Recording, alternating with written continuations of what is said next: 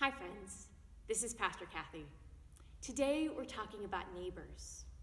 What is a neighbor? They're not just the people who live next door. They're not only our helpers like mail carriers or the firefighters. God wants us to love our neighbors. The Bible has a lot of verses about loving our neighbor. Jesus told a story about what it means to be a neighbor. A man went down from Jerusalem to Jericho. He encountered thieves, robbers, who stripped him naked, beat him up, and left him near death. That's pretty rough. Now, it just so happened that a priest was also going down the same road. When he saw the injured man, he crossed over to the other side of the road and went on his way. Likewise, a Levite, someone who taught and studied a lot, came by that spot, saw the injured man, and crossed over to the other side of the road and went on his way. A Samaritan, those were the enemies of the Jewish people, who was on a journey, came to where the man was.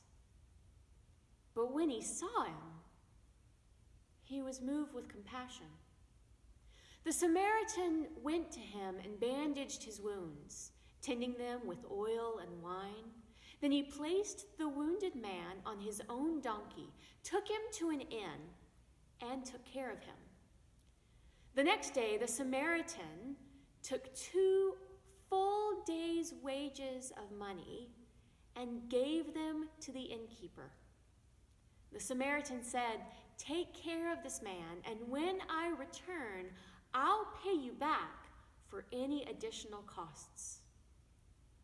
What do you think? Which one of these 3 was a neighbor to the man who encountered thieves? The Samaritan went out of his way to care for the man. The people listening to Jesus didn't like the Samaritans. They didn't worship the right God and didn't fit in at all. The Samaritans were enemies. But Jesus says that even people that we want to say are enemies are our neighbors. We can be neighbors to them, and so we can care for them as if they were friends. How can you care for someone with you? How can you be a neighbor to someone with you today?